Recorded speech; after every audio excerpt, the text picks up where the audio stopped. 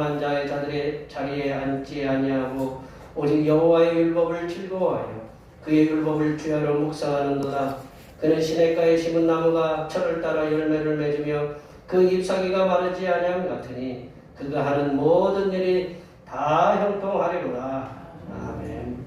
죄인을 불러 거룩한 하나님의 백성으로 삼아주신 하나님 아버지, 거룩한 주님의 날에 새롭게 떠오르는 태양처럼 하늘 은혜로 채워주심을 감사드립니다. 하늘 은혜를 충만하게 받은 우리들이 넉넉한 마음으로 세상을 품으며 세상을 향한 선한 영향력을 끼치며 살아가게 하여 주시옵소서. 이 예배를 통하여 우리 마음에 감사와 감격이 충만하게 하여 주시어서 우리 주변에 헐벗고 굶주린 백성들을 기억하며 병마로 시달리는 성도들을 위해 기도하여 치유의 역사가 일어나게 하여 주시옵소서. 거룩하신 예수님의 이름으로 기원하옵나이다. 아멘. 이 시간 다 같이 일어나셔서 지난 한 주간 동안 우리 알게 모르게 지었던 우리의 모든 죄악들을 반주에 맞춰서 침묵으로 고백하는 고백의 기도를 드리시겠습니다. 기도하시겠습니다.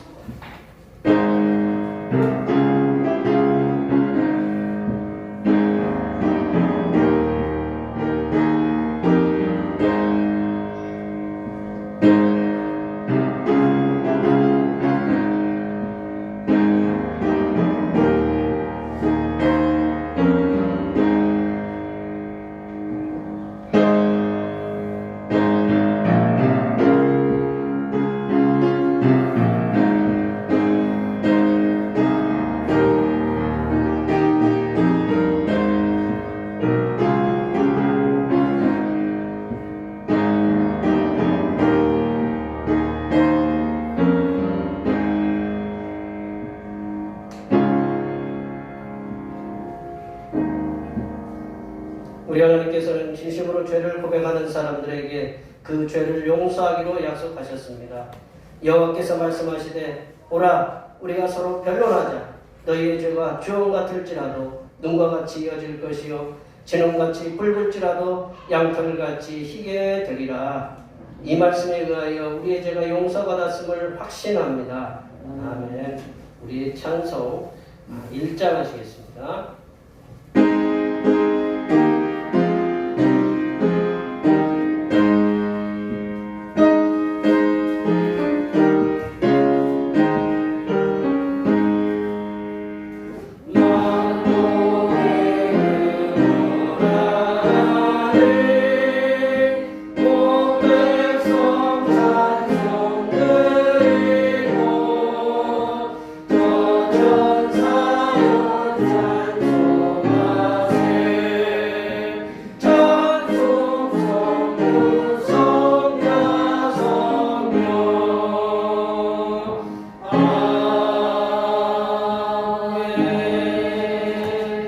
성시교독은 교동문 77번입니다. 성시교독은 교동문 77번 요한복음 3장입니다. 성시교독은 교동문 77번 요한복음 3장입니다. 하나님이 세상을 이처럼 사랑하사 독생자를 주셨으니 이는 그를 만져마자 말하지 않았고 영생을 얻게 하려 하시니라. 하나님이 그 아들을 세상에 보내신 것은 세상을 심판하려 하심이 아니요 그로 말미암아 세상의 구원을 받게 하려 하심이라. 그를 믿는 자는 심판을 받지 아니하는 것이요 믿지 아니하는 자는 하나님의 독생자의 이름을 믿지 아니하므로 벌써 심판을 받는 것이니라. 그 종제는 이것이니 곧 빛이 세상에 왔으되 사람들이 자기 행위가 악하고 누구나 어둠을 더 사랑하는 것이니라. 악을 행하는 자보다 빛을 미워하여 빛으로 오지 아니하나니 이는 그 행위가 드러날까 하여 진리를 따르는 자는 빛으로 오나니 이는 그 행위가 하나님 안에서 행한 것임을 나타내려 함이라 하시니라. 아멘. 사도신경 우리의 신앙을 하나님 앞에 고백하시겠습니다. 나는 전능하신 아버지 하나님 천지의 창조주를 믿습니다. 나는 그의 유일하신 아들 우리 주 예수 그리스도를 믿습니다. 그는 성령으로 잉태되어 동정녀 마리아에게서 나시고 본디오 빌라도에게 고난을 받아 십자가에 못 박혀 죽으시고 장사된 지 사흘 만에 죽은 자 가운데서 다시 살아나셨으며 하늘에 오르시어 전능하신 아버지 하나님 우편에 앉아 계시다가 거기로부터 살아있는 자와 죽은 자를 심판하러 오십니다. 나는 성령을 믿으며 거룩한 공교회와 성도의 교제와 죄를 용서받는 것과 몸의 부활과 영생을 믿습니다. 아멘. 다 같이 앉으셔서 찬송 15장 하시겠습니다. 찬송 15장입니다.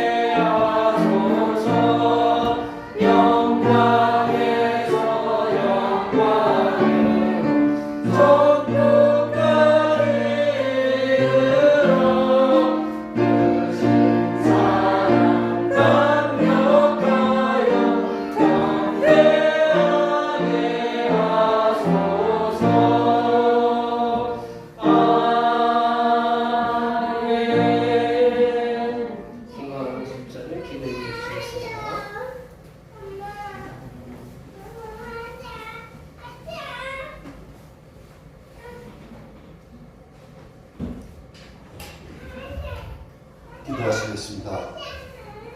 사랑과 은혜가 충만하신 하나님 아버지, 오늘 주님께 드려지는 이 예배가 주님께서 기뻐 받으시는 예배가 되게 하시고 우리의 심령에 성령을 부어주셔서 기쁨과 감사로 예배하는 귀한 시간이 되게 하여 주옵소서. 주님, 저희에게 2023년 새해를 허락하신 것을 감사합니다. 주님, 저희들에게 새해를 주셨사오니 올해는 대평교회와 성도들 모두가 새로운 마음으로 합력하여 주님께서 명령하신 전도의 사명을 잘 감당할 수 있도록 인도하여 주시고 선교와 구제, 섬김이 넘치는 대평교회 저희 모두가 되게 하여 주시옵소서. 하나님 아버지, 저희 모두가 간절히 바라기는 지진으로 인하여 고통받고 있는 튀르키예와 시리아에 주님의 은총이 함께하여 주시옵소서. 세계 각국의 많은 도움의 손길을 통해서 많은 인명이 구조되게 하시며 가족과 모든 삶의 터전을 잃고 고통 속에 있는 생존자들에게도 하나님의 은혜와 도우심이 함께하여 주시기를 간절히 원하옵나이다. 주님, 우리를 택하여 부르신 것은 사람을 낚는 어부가 되라 하셨고 저희에게 성령을 보내주심도 전도의 사명을 감당하라는 주님의 뜻인 줄 믿습니다. 우리를 부르신 주님 뜻대로 인도하여 주시길 원합니다. 우리 모두가 깨어서 기도에 힘쓰게 하시고 기도할 때마다 하늘의 권세로 지혜와 능력이 충만케 하시길 원합니다. 주님, 또 바라옵기는 대평교회를 섬기는 주님의 백성들을 돌아보시옵소서. 육신의 연약함으로 고통받고 있는 주님의 백성들에게 치유의 은혜를 베풀어 주셔서 강건함으로 회복되는 은혜가 있게 하시옵소서. 이 시간 말씀을 전하시는 목사님께 성령의 기름 부으심이 넘치게 하시기를 바라오며 우리 주 예수님의 이름으로 간절히 기도 올리옵나이다. 아멘.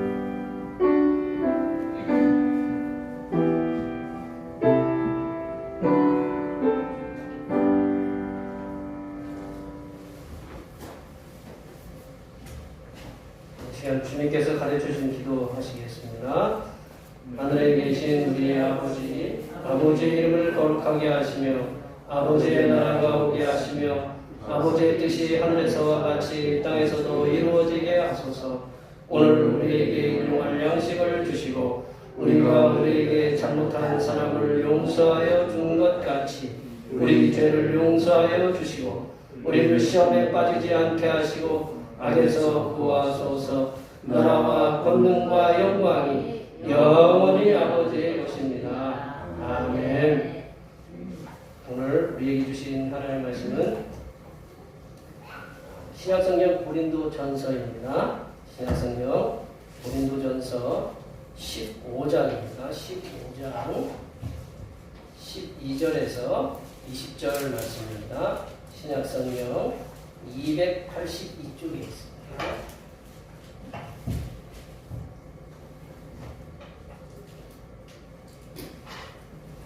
주연절 여섯 번째 주일에 주시는 하나님의 말씀은 신약성경 고린도전서 15장 12절부터 20절 말씀입니다. 신약성경 282쪽에 있습니다. 한 절씩 교독하시겠습니다.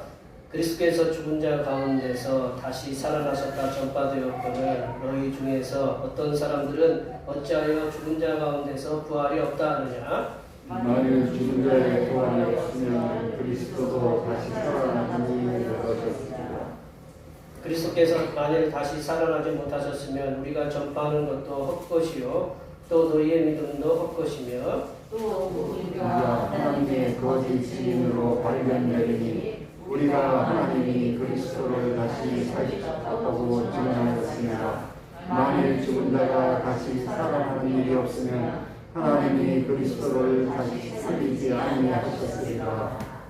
만일 죽은 자가 다시 살아나는 일이 없으면 그리스도도 다시 살아나신 일이 없었을 터이요 그리스도께서 다시 살아나신 일이 없으면 너희의 믿음도 헛되고 너희가 여전히 죄 가운데 있을 것이요 또한 그리스도 안에서 잠자는 자도 망하였으리니 만일 그리스도 안에서 우리가 바라는 것이 다만 이 세상의 삶뿐이면 모든 사람 가운데 우리가 더욱 불쌍한 자이리라. 함께 읽으시겠습니다.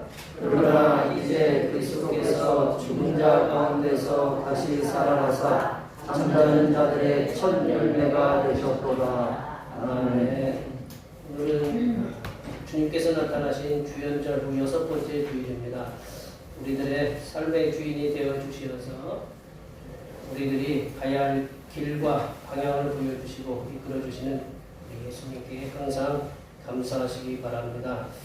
우리 수요 기도의 시간에 시가서 말씀을 나누고요. 중보기도 내 삶의 주인이신 주님께 모든 것을 맡기고 선교 사명 감당하게 해달라고 그래서 기도해 주시기 바랍니다. 오늘 날 예배 후에 점심 공동 식사가 있습니다. 수고해 주신 권사님들과 여러분들에게 감사드리고 맛있는 점심이 냄새가 안 나세요? 안 나나 보네. 이게 마스크를 써서 그래. 이제 마스크 벗어야 되는데 식사 맛있게 이렇게 성도의 막 식사도 맛있게 하시고 성도의 교제를 가지시면 감사하겠습니다. 제가 오늘 예배를 시작하면서 제가 평소에 읽는 문구를 제가 까먹고 그냥 들어갔어요. 왜 그런가 해봤더니 제가 흥분돼서 그래요. 왜 흥분되냐면 앞에 보시면 흥분될 만도 하시겠죠, 그죠? 갑자기 우리 그동안에 이렇게 정말 뭐 어떻게 이제 앉아 계신 분들이 이제 여기가 새카만 게 아니에요. 다 거의 하얗었는데 좀 새카만 분들이 머리에 많으시고 그래서 갑자기 흥분돼서 앞에 거를 제가 잊어버리고 그냥 이렇게 얼마나 흥분되면 그렇게 했어요. 참 감사한데 우리 여기 계신 모든 분들이 우리 집사님이 기도하시면서 한편의 설교를 다 하신 것 같아요. 뭐 설교 제가 따로 이렇게 할 필요 없겠다 그런 생각이 들었는데 그런 우리가 그 기도를 들으시면서 2023년에도 여기 계신 우리 성도님들 우리 여기 또 라이나 권사님도 지금 우리 교회다라고 들어오시면서 내 교회다 그러시더래요. 우리 권사님 이제 더 올 한해도 강건하게 하시고 우리 여기 성도님들도 뭐 육신에 또 집사님 기도대로 질병들이 회복되고 또 이제 가정들이 또 평안하고 또 우리 직장에서도 자녀들이 뭐 이렇게 뭐 진급도 하고 승진도 하고 또 사업도 형통하고 또 물질이 많은 축복도 받고 우리 학생들은 또 학업에 잘 임하고 그리고 뭐 이제 여기 목회에 있는 자녀들이 있어요. 목회하는 자녀들 제가 보기에는 목회하는 자녀들이 많은데 그 자녀들 뭐 강도다션도 합격하고 뭐 지역 사역도 나가고 그런 일들이 많이 일어날 수 있도록 앞에 옆에 뒤에 계신 분들에게 많이 축복해 주시기 바랍니다. 축복합니다.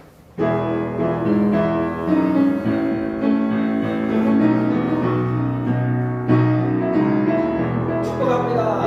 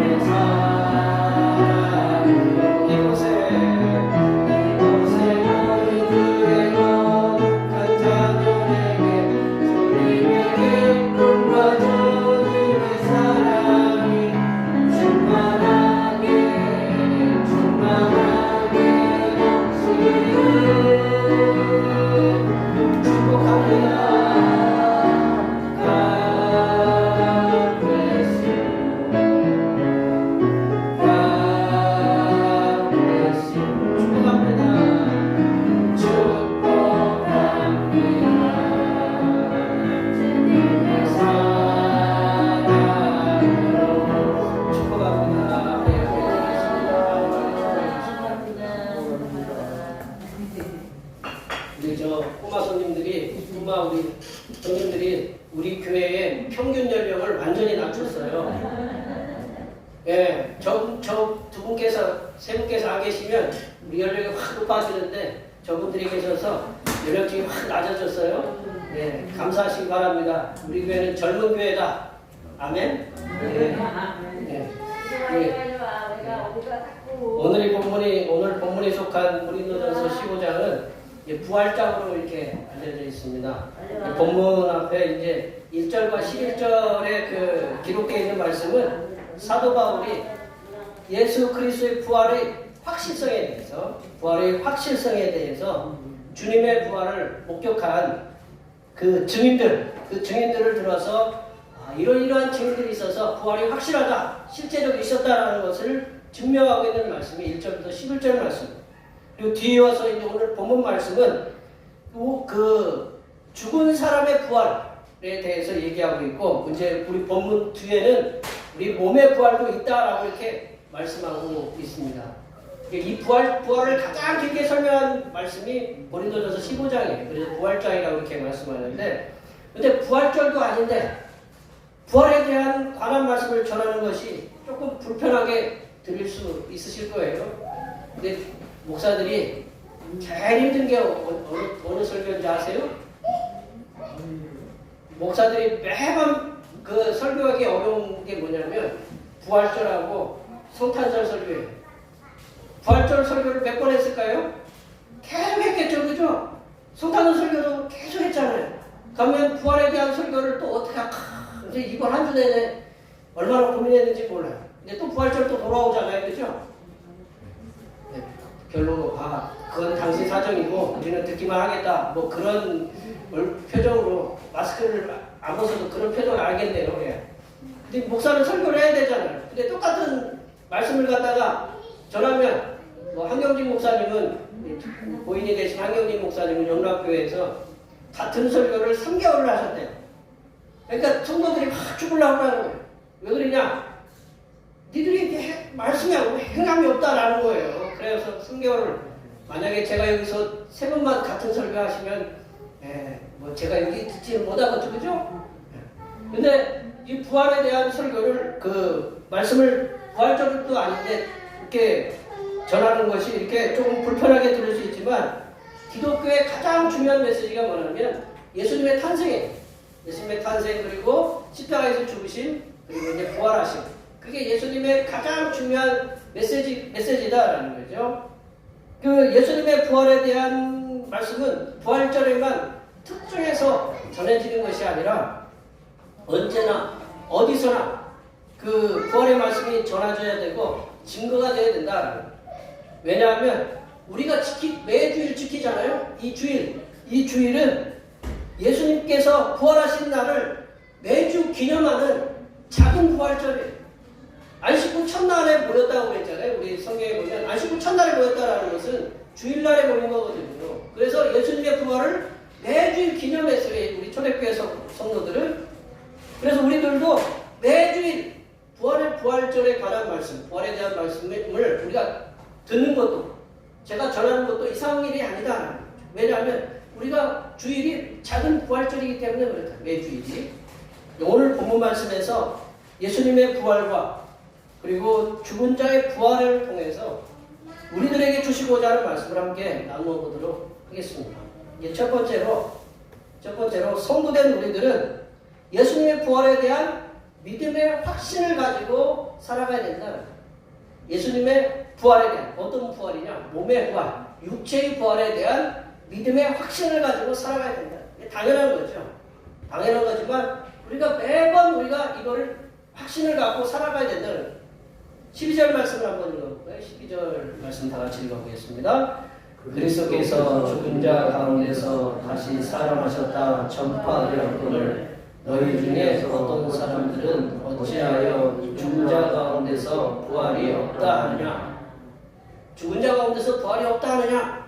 그런 게 그 고린도 교회에 그런 전반적인 그 몇몇 사람들이 그런 생각을 갖고 있어요.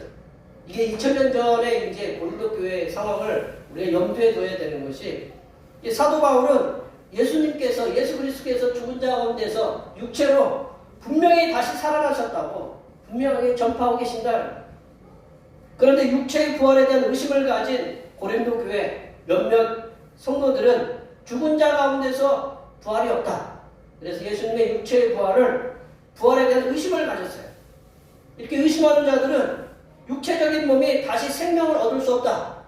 철학 사상이 그래요. 그들이 생각하고 있는 그 당시의 철학 사상이 죽은 자의 부활이 없다라는 거예요. 육체의 부활이 없다라는 그것이 전체적으로 지배하고 있어요. 그렇게 생각했기 때문에 부활의 실제성, 육체의 부활에 대한 그 실제성을 거부했다라는 거죠. 예수님께 그 사도 바울은 이것을 증명하기 위해서 1절부터 11절 말씀에서 예수님께서 육체로 부활하셨음에 대해서 그 부활의 증인들을 수많은 부활의 증인들을 언급하면서 예수님의 부활에 대한 확실성을 논증하고 있다. 여기 계신 분들 저기 이수진 장군 혹시 보셨어요?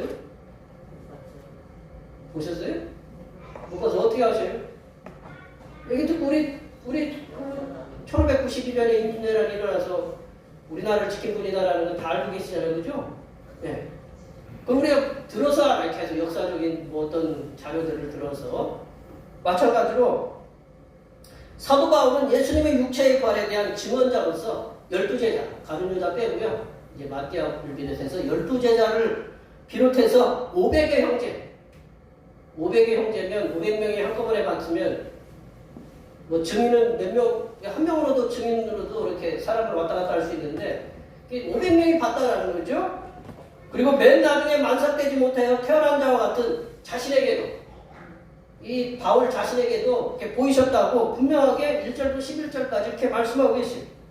또 복음서에 의하면 그 막달라 마리아를 비롯한 다른 마리아들이 예수님의 부활을 직접 눈으로 목격했다. 그리고 누가복음 24장에 보면 예수님의 부활에 대해서 그 엠마오로 가는 두 친구 글로바와 그 친구도 예수님의 부활에 대해서 목격했다라는 거죠. 이게 사도 바울은 예수님의 육체의 부활에 목격자들이 지금도 태반이나 살아있고 그들이 예수님의 육체의 부활을 증언하고 있다. 그런 사역에 힘쓰고 있다라고 1절부터 11절까지 이렇게 말씀하고 계시고 있습니다. 예수님의 육체의 부활은 인간들의 이성적인 판단에 의해서 부활의 실제성, 부활이 예수님의 육체로 부활했다는 그 실제에 대한 그것을 부인당하는 일이 없어야 된다. 인간들은 우리 보면 요즘 사람들은요 과학적이고 이성적이고 합리적이고 그런 사고 방식, 그런 사고 논리에 사로잡혀서 살아가고 있습니다. 그렇기 때문에 과학과 이성과 상식적인 사고를 통해서 그런 수준에서 보면 예수님의 육체의 부활에 대한 실제성을 인정하지 않으려고 한다. 그러나 2000년 전에 예수님의 육체의 부활을 목격했던 12사도와 그 바울과 그 외 수많은 예수님의 육체로 부활하신 것을 목격하고 그 부활을 전파하였다는 거죠. 우리들은 어떠냐? 우리 제자들은 예수님의 부활에 대한 것을 직접 목격하고 예수님의 부활을 전했다는 거죠. 우리들은 예수님께서 육체로 부활하신 때로부터 많은 세대를 거쳐서 지금에 왔다는 거죠.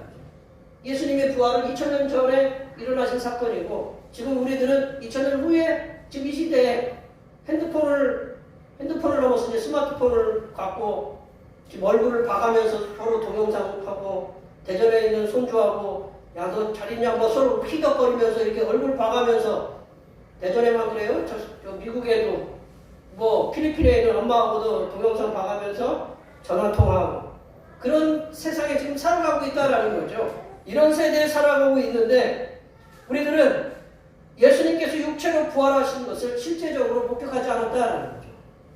안 봤다라는 거죠. 안 본 것을 이제 믿으라라는 얘기죠, 결국은. 그러나 우리는 예수님께서 육체로 부활하셨음에 대해서 한치 의심도 없이 그런 확신하는 믿음을 가지고 지금 이 자리에 나와서 하나님께 예배드리고 있습니다. 아멘? 그리고 사도들의 고백을 담은 사도신경을 우리 예배의 모임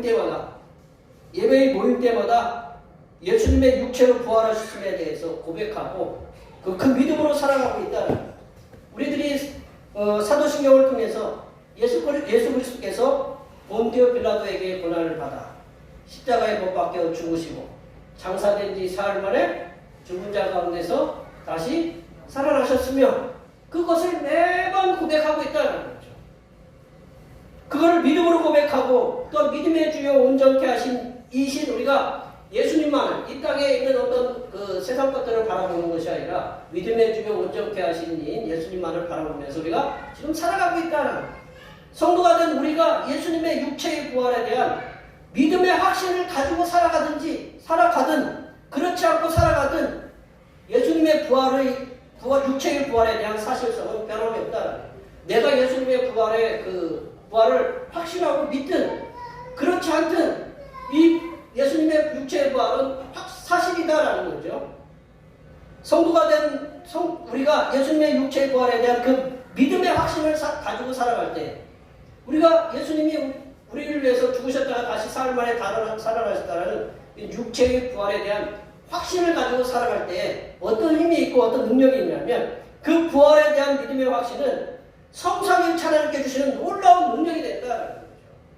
그런 확신이 우리 성삼일체 하나님께 주시는 놀라운 능력이 되어서 성삼일체 하나님께서 우리에게 맡겨주신 사명, 그 사명을 능동적으로 그리고 역동적으로 감당하게 된다는 거죠. 뭐 개가 이렇게 어디 끌고 가면 그냥 도살장으로 끌려가는 게 질질 끌려가는 게 아니라 내가 예수님이 부활에 대한 확신이 있으면 끌려가는 게 아니라 내가 앞으로 막 달려간다라는 거죠. 역동적이고 진취적으로. 여기에 모여 예배하시는 모든 주님의 백성들께서는 예수님의 육체의 부활에 대한 믿음의 확신을 통해서 예수님께서 맡겨주신 그 사명들, 각자에게 우리 맡겨주신 사명들이 있잖아요. 나는 나이 먹어서 사명 없어. 그게 아니고 하나님께서 부르시는 그날까지 하나님이 지금 우리들을 지금 이 자리에 건강하게 육신을 갖고 예배당에 나오게 할 수 있는 것은 하나님께서 주신 사명들이 다 있기 때문에 그래요. 내가 누구를 위해서 자녀들을 위해 기도하든 지금처럼 집사님이 기도했던 튀르키예와 그 시리아 그리고 세상에 지금 뭐 우크라이나 같은 전쟁이 많은 그런 나라들 주변에 하나님을 알지 못하는 이들을 위해서 우리가 기도하는 그런 사명도 있어요. 주님이 부르시는 그날까지 예수님의 부활에 대한 확실성을 가지고 그 사명들을 진취적이고 능동적이고 역동적으로 감당하시는 그런 하나님의 자녀들이 되시기를 간절히 축원합니다. 두 번째로 성도는 부활에 대한 하나님의 참 증언자로서의 삶을 살아가야 된다. 성도는 부활에 대한 하나님의 참 증언자, 거짓 증언자가 아니고 참 증언자, 가면을 쓴 증언자가 아니고 진짜 증언자로서 우리가 살아가야 된다라는 거죠. 우리 15절 말씀 볼까요? 15절 말씀입니다. 또 우리가 하나님의 거짓 증인으로 발견되리니 우리가 하나님이 그리스도를 다시 살렸다고 전하였습니다. 만일 죽은 자가 다시 살아나는 일이 없으면 하나님이 그리스도를 다시 살리지 아니하셨으리라.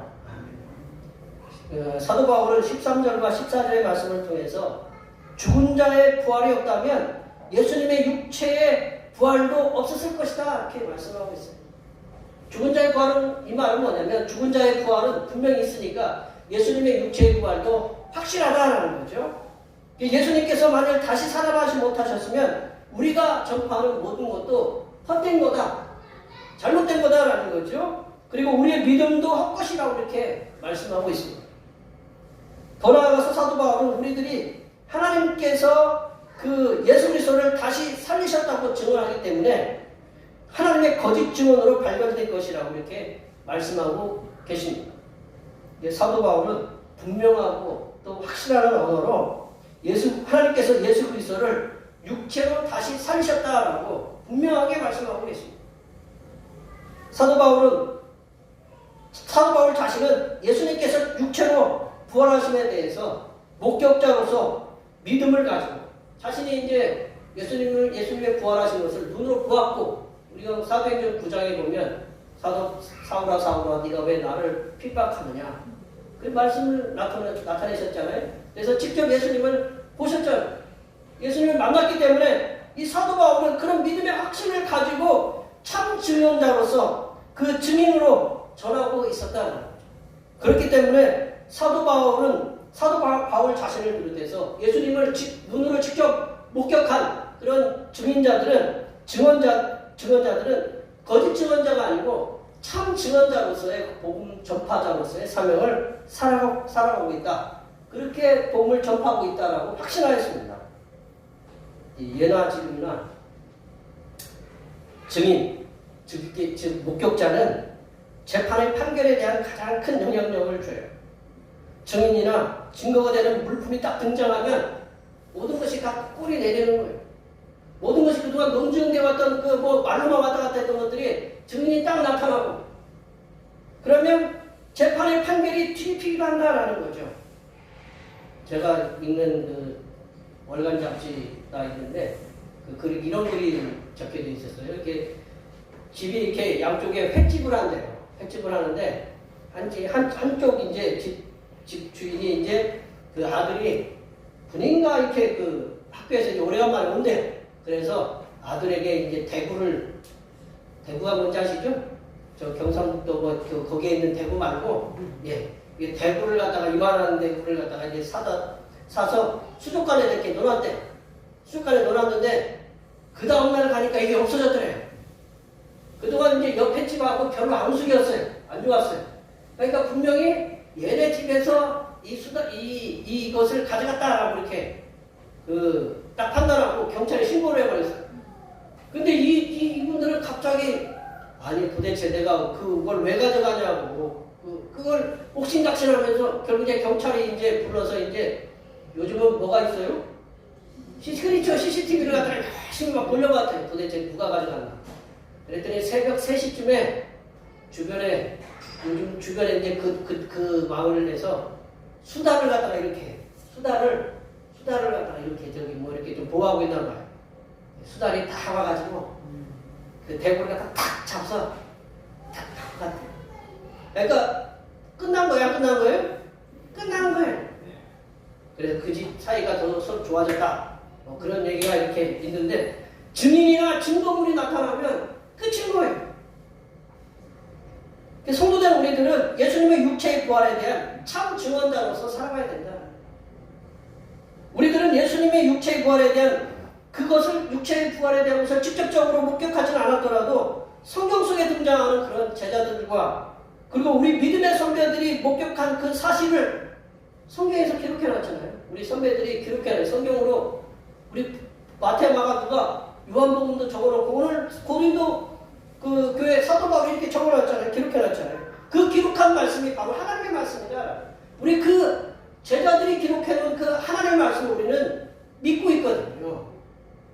만약에 하나님의 말씀에 대한 하나님의 말씀에 예수님의 육체의 부활이 실제가 아니라 거짓말이었다. 그럼 우리가 믿을 필요가 없어요.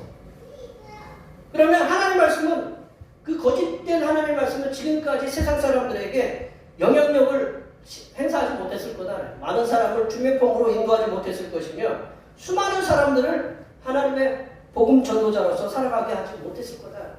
우리들이 그 목숨 걸고 선교지로 가게 하는 큰 영향력을 준 게 뭐냐면 예수님께서 날 위해 돌아가시고 사흘 만에 부활하셨으니 너희들도 그 믿지 않는 자들 향해서 모든 민족으로 제자를 삼아 아버지와 아들과 성령의 이름으로 세례를 주어라. 볼지어도 내가 세상 끝날까지 너희와 항상 함께 있으리라 라는 그 말씀, 그 확신 가지고 나가는 거죠. 그 말씀, 예수님의 부활에 대한 확신이 없으면 수많은 우리가 지금까지 우리도 복음을 듣지 못했을 거다. 믿음의 선배들이 그런 목숨을 걸고 예수님 부활에 대한 확신을 갖고 우리들에게 복음을 전해주었기 때문에 우리가 지금 이 자리에 나와서 하나님의 말씀을 듣고 있는 거다. 예수님의 육체의 부활이 실제적인 사건이기 때문에 지금까지 사람들의 마음을 감동시켜요. 여기 계신 분들이 다 그 예수님이 우리를 위해 돌아가시고 부활하셨다는 걸 그 감동을 받았잖아요. 감동을 받았고 그들이 여기 계신 분들이 이제 복음의 전파자로서 이제 살아가 나서는 거죠. 성도된 우리들도 예수님의 육체의 부활을 성경을 통해서 목격했어요. 우리가 예수님을 직접 목격하지 못했지만 목격한 증언자들의 그 목격의 말씀을 우리가 믿고 예수님의 육체의 부활을 우리들의 입술로 우리가 죽은 자 가운데서 다시 살아나셨으며 라는 사도신경을 이렇게 고백하고 있다는 거죠. 그러하기에 우리들은 예수님의 육체의 부활에 대한 참 증언자다. 왜냐하면 우리가 예수님의 육체의 부활을 믿고 있기 때문에 예수님의 육체의 부활에 대한 참 증언자로서 예수님의 육체의 부활을 알지 못하는 이들에게 예수님이 우리를 위해서 돌아가시고 사흘 만에 돌아가시고 우리를 부활하셨다라는 그 참 증언자로서 증언의 삶을 살도록 힘써야 합니다. 우리들의 믿음의 선배된 예수님의 제자들이 사도행전을 보면 예수님의 육체의 부활을 전했을 때 많은 이들이 은혜를 받고 예수님을 믿었다고 기록하고 있고 은혜를 받은 많은 무리들이 자신의 재산을 즐거이 내놓았다라고 그래서 가난한 사람이 없었다라고 그렇게 기록하고 있습니다. 우리 사도행전 4장 34절과 34절 말씀을 다 같이 한번 읽어보겠습니다. 사도들이 큰 권능으로 주 예수의 부활을 증언하니 우리가 큰 은혜를 받아 그 중에 가난한 사람이 없으니 이는 밭과 집 있는 자는 팔아 그 판 것의 값을 가져다라. 은혜를 받았다라는 거예요. 부활을 전하니까 은혜를 받는다. 제자들이 예수님의 12 제자들이 예수님의 부활을 목격하고 그 목격한 사실을 갖다가 증언하니까 그 많은 사람들이 은혜를 받았다. 큰 은혜를 받았다. 그래서 그들이 가지고 있는 재산을 내놓았다라는 거죠. 성도된 우리가 예수님의 육체의 부활하심에 대한 참 증인자로서 참 증인으로 살아간다면 믿지 않는 이들도 큰 은혜를 받게 될 것이며 교회는 참 믿음의 공동체가 되어서 서로가 서로에게 큰 믿음의 버팀목이 될 것입니다. 여기에 모여 예배하신 모든 주님의 백성들께서는 부활의 참 증언자로서의 삶을 살아서 믿지 않는 이들과 그리고 믿음의 식구, 우리 대표께 믿음의 권속들에게 식구들에게 선한 영향력을 끼치시는 하나님의 복된 자녀들이 되시기를 축원합니다. 세 번째로 성도는 예수 그리스도께서 부활의 첫 열매 되심을 믿어야 된다. 예수 그리스도께서 부활의 첫 열매 되심을 믿어야 된다. 우리 20절 말씀 읽어볼까요? 20절 말씀입니다. 그러나 이제 그리스도께서 죽은 자 가운데서 다시 살아나사 잠자는 자들의 첫 열매가 되셨도다. 사도 바울은 예수 그리스도께서 죽은 자 가운데서 첫 열매로서 제일 첫 번째로 살아나신 분이셨다고 이렇게 말씀하고 계십니다. 첫 열매라는 건요, 우리 내려보시면, 첫 열매라는 건 저기 보시면 수확한 모든 곡식이 하나님의 것이다. 이제 첫 열매를 이렇게 거두잖아요. 그래서 하나님께 드리면 이 뒤에 것은 다 하나님의 것이다라는 것을 그거를 가리키는 거예요. 그리고 또 한 가지 의미는 맡겨진 삶을 통해서 헌신하겠다라는 상징으로 수확물의 첫 것을 다 드리는 거예요. 그러니까 나는 맡겨진 삶, 하나님께서 나에게 주신 이 삶을 하나님께 헌신하겠다는 상징으로 첫 열매, 수확의 첫 열매를 이렇게 드린다라는 거죠. 또 첫 열매의 의미가 또 있는데요. 내려보시면 아직 위로 올리세요. 첫 열매를 거두는 것은 이제 추수의 시작을 가리켜요. 추수의 시작을 가리키는 건데 이 나머지 추수도 다 거둬들인다. 첫 열매를 추수하면 나머지 추수도 하나님께서 다 은혜 중에 다 거두어 드리게 된다는 것을 보장하겠다라는 것이 바로 첫 열매를 이렇게 드리는 거예요. 이 첫 열매를 드리면 하나님께서 곡식이 이제 조금씩 익어가잖아요. 그 익어가는 것을 온전히 이렇게 거두어서 다 보장하겠다라는 거죠, 하나님께서. 예수님은 부활의 첫 열매로 잠자는 자들, 보통 예수님 안에서 이렇게 돌아가신 분들을 잠잔다라고 이렇게 표현하고 있거든요. 잠잔다라는 건 깨운다는 거죠. 예수님 안에서 돌아가신 분들을 잠자는 자들이라고 했거든요. 그 잠자는 자들도 예수님 안에서 다 하나님의 것이다라는 거죠. 예수님은 부활의 첫 열매로서 잠자는 자들이 모두 예수님 안에서 하나님 것이라는 것을 말씀하고 있다. 또한 예수님은 부활의 첫 열매로서 부활의 시작으로서 예수님 안에서 죽은 자들도 다 부활하게 될 것이다 라고. 누가 먼저 부활을 시작했냐면 예수님 먼저 부활했잖아요. 그리고 나서 그 다음에 우리 믿음의 선배들 그리고 우리들도 예수님 안에서 잠자는 자들이 다 부활하게 될 것이라는 그런 의미로 예수님이 부활의 첫 열매가 되셨다. 우리나라 말 가운데 내려보시면 문열이라는 말이 있어요. 문열이. 문열이가 뭔지 아시죠? 문열이가 뭐냐면 거기 써 있는 것처럼 개나 고양이 같이 이제 새끼를 여러 마리 낳는 새끼들이 있는데 새끼 중에 제일 먼저 낳는 새끼를 문열이라고 해요. 이게 문열이가 뭐냐? 문이 이게 문자예요. 문문. 이런 문이에요. 문을 갖다가 열고 나왔다라는 거죠. 엄마의 그 애미 고양이의 그 뱃속을 열고 나온 새끼가 문열이에요. 문 열고 나오면 그놈이 얼마나 힘썼겠어요. 처음에 나오느라고. 그래요? 안 그래요? 그러면 힘쓰니까 그놈이 어떻게 해요? 그놈이 조금 힘이 빠지잖아요. 그래서 조금 비실비실하고 좀 모양새가 별로 안 좋은 놈들을 뭐라고 그래요? 문열이라고 해요. 근데 문열이가 제일 먼저 나오느라고 힘썼기 때문에 그래서 좀 힘든 거죠. 그죠? 안 그래요? 여기저기 혹시 장남이나 장녀 엄마 제일 먼저 태어나신 분들 보면 첫째보다는 둘째가 좀 나아요. 그죠? 저기 첫째분들이 별로 시인 안 하는구나. 예. 셋째분들은 조금 시인하고, 예. 첫째분들은 조금, 예, 제가 봐도 첫째는 조금 거시해요. 왜냐면 엄마 처음으로 이렇게 뱃속에 서 나오려고 하니까 좀 힘들었고, 이제 엄마가 이제 첫째가 기를 내놓으니까 둘째, 셋째는 그래도 좀 수월하게 안 나와요? 엄마가 셋째고 막내가 더 힘들었다. 네, 더 힘들었어. 우리 집은 셋째가 더 힘들었다네. 네. 근데도 이렇게 둘째, 셋째가 더 조금 나은 것 같아, 그죠? 네, 시인하든 안 하든 뭐 하여튼 그래서요. 네. 문열이라는 게 바로 문을 열고 나온다라는 그 의미거든요. 그래서 예수님께서는 부활의 문열이다라고 이렇게 제가 표현하고 싶어요. 부활의 문을 열고 나오셨다라는 거죠. 예수님께서는 첫 번째로 부활의 문을 여신 분이에요. 그러니까 그 뒤에 나오는 분들은 그냥 그 뒤에 문 따라서 나오면 된다라는 거죠. 그 예수님의 뒤를 따랐다가 순교하신 죽음을 당한 많은 성도들은 부활의 문열이 되신 예수님의 부활의 뒤를 이어서 그냥 다시금 부활하게 되면 된다라는 거죠. 아멘? 네. 성도된 우리들은 첫 번째로 부활의 문을 여신 예수님의 뒤를 따라 그 부활의 몸으로 다시금 하나님 앞에 설 것입니다.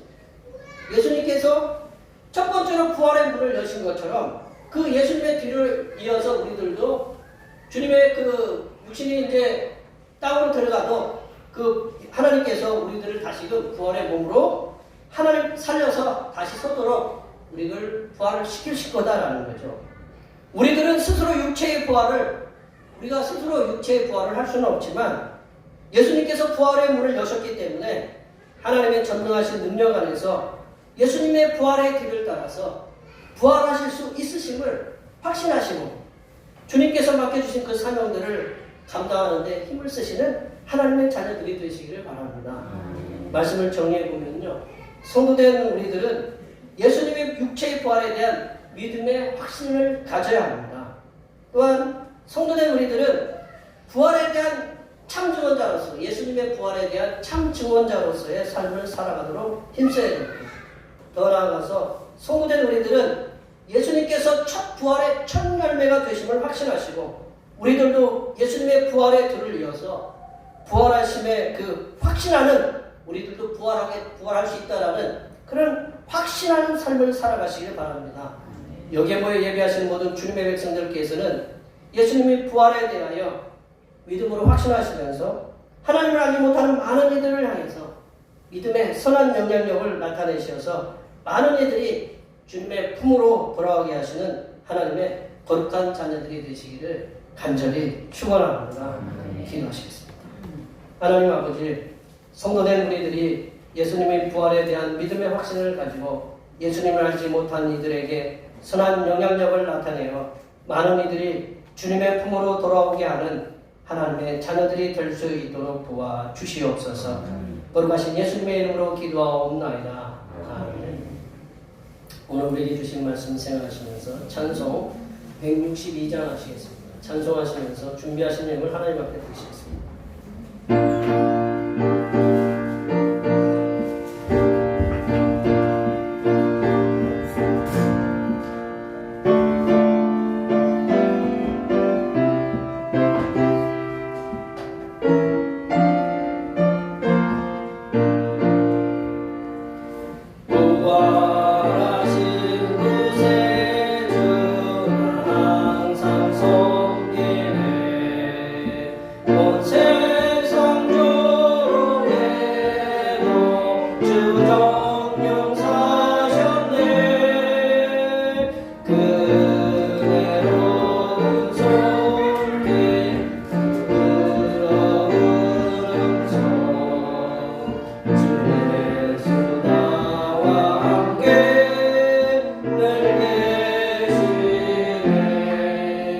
예수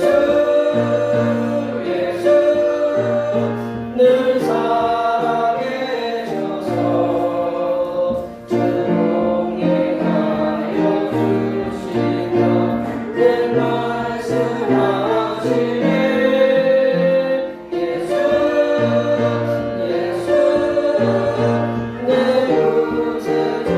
구세주의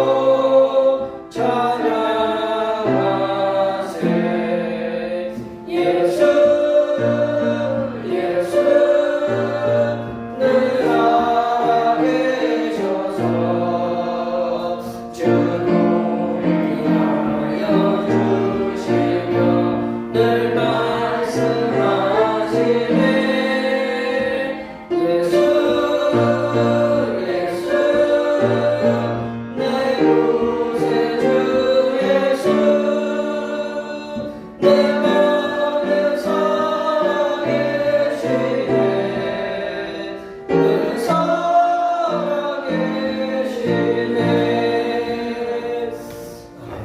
기도하시겠습니다. 자녀된 우리들의 필요를 아시고 때를 따라 모든 것을 풍성하게 채우신 하나님 아버지, 날마다 일용할 양식을 채우시고 먹이시고 입히시는 놀라운 은혜를 감사드립니다. 하나님의 나라와 의를 위하여 정성을 다하여 드리는 귀한 손길들을 기억하시어서 풍성하게 채워주시되 가정과 직장과 사업과 학업과 그 모든 일들 위에 형통함의 열매가 넘치게 하여 주시옵소서. 하나님 아버지, 눈물을 흘리며 씨를 뿌리는 심정으로 열심히 수고하여 얻은 소득의 열의 하나를 드립니다. 바친 손길들의 물질과 마음과 정성을 함께 받아주시어서 말씀에 약속하신 대로 들어가도 복을 받고 나가도 복을 누리게 하시며 물질이 통장과 우리들의 삶에 날마다 풍성하게 채워지는 해가 임하게 하여 주시옵소서. 하나님 아버지, 범사에 감사하는 말씀에 순종하여 감사의 예물을 드립니다. 지난 한 해 동안 가족들을 지켜주신 은혜에 감사하여 감사의 예물을 드립니다. 이 모양 저 모양으로 드린 감사의 예물에 함께 하시사 올 한 해에는 감사한 일들이 끊이지 않게 하시고 이들이 밟는 땅과 직장과 가정과 모임과 학업과 사업 위에 감사가 충만하게 하여 주시옵소서. 하나님 아버지, 오늘도 한결같은 마음으로 주님 앞에 주일 헌금을 드립니다. 이 한 주간도 주님께서 선하게 베풀어 주시는 사랑하심과 은총의 역사 가운데 복된 길로 인도하여 주시옵소서. 이 땅의 영혼 구원을 위해 선교헌금을 드립니다. 대평교회의 영혼을 구원으로 인도하는 역사가 이 지역을 넘어 세계로 확장되는 은혜가 있게 하시고 바친 손길들의 삶이 더 풍성하게 선교하는 은혜가 임하도록 물질의 복을 충만하게 부어 주시옵소서. 하나님 아버지, 주님의 몸된 교회를 위하여 헌신하고 봉사하는 손길들의 수고를 기억하여 주시사 하늘로부터 내려주신 은혜가 충만하게 임하게 도와 주시옵소서. 차량봉사로, 주방봉사로, 헌금위원으로, 재정위원으로, 안내위원으로, 교회 청소로, 교회 남모르게 주님을 위하여 수고하는 여러 손길들 위해 이 땅에서 하나님께서 보여주시는 새로운 비전들을 보게 하시고 이 땅에서 바라고 소원하는 모든 기도의 제목들이 다 응답받는 역사가 일어나게 하여 주시옵소서. 거룩하신 예수님의 이름으로 기도하옵나이다. 아멘. 다 같이 일어나셔서 사랑의 선언문 제찰하시겠습니다. 대평교회 사명선언문. 대평교회 사명은 하나님께서 우리와 함께 하시는 절대 믿음과 우리 가족을 사랑으로 구원하여 주심과 교회를 부흥시켜 주심을 기전 삼아 지역과 나라와 세계의 소금과 빛의 사명을 감당하는 것입니다. 믿음으로 하나님을 기쁘시게. 아멘. 우리 거룩한 삶 구호 제창하시겠습니다. 거룩한 삶으로 세상에게 선한 영향력을 나타내는 교회이자 결단의 찬송, 선한 능력으로 하시겠습니다.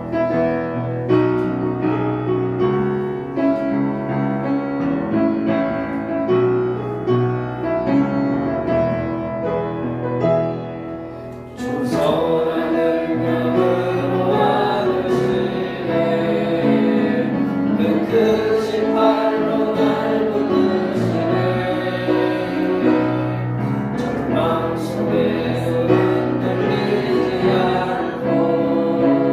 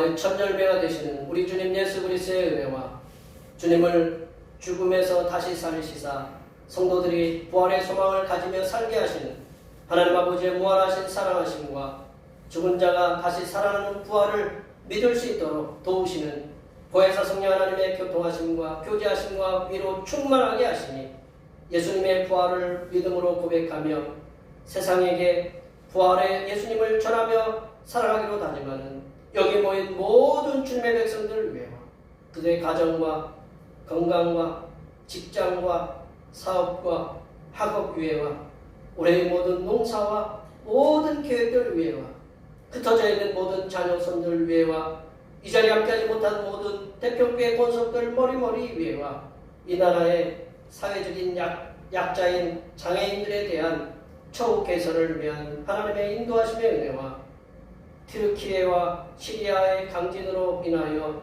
유명을 달리한 수만 명의 심령들을 위해 하나님의 위로하여 주심과 지진 피해로 추위와 배고픔의 고통 속에 있는 2,300만 명의 심령들을 위해 도움의 손길들을 보내주시는 하나님의 선하신 역사하심에 이제부터 영원토록 함께하옵시기를 간절히 축원하옵나이다. 아멘.